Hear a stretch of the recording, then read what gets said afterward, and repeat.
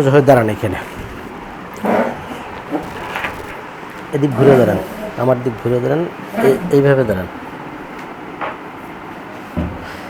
এইভাবে দাঁড়ান। এই যে পায়ের আঙ্গুলের মাথার উপরে ভর দিয়ে দাঁড়ান, একটু পিছনে দেন।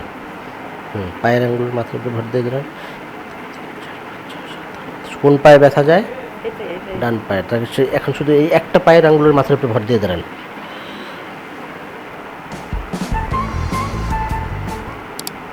ঠিক আছে, সামনের দিকে ঝুঁকে পায়ের আঙ্গুলগুলো ধরেন তো, আপনার পায়ের আঙ্গুলগুলো ধরেন।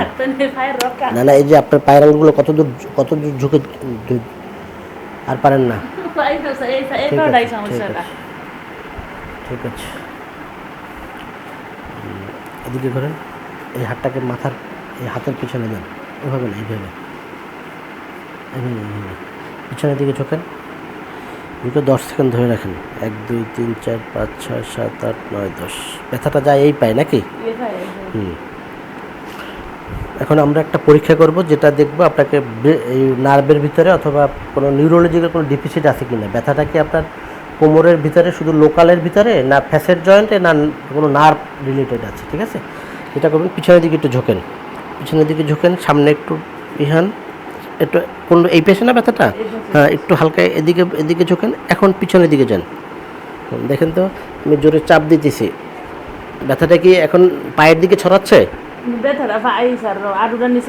এই যে আমি চাপ দিতেছি, এই ব্যথাটা এখানে ছড়ায়, এখানে নাই এখন?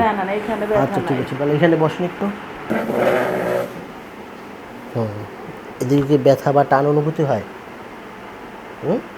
অনুভূতি হয়। এই চেনারটা দেখো তো, সোজা হয়ে শুয়ে পড়েন,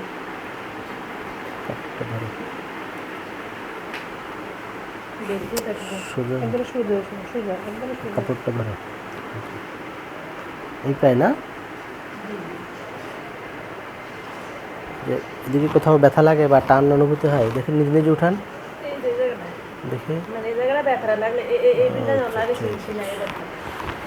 ঠিক আছে।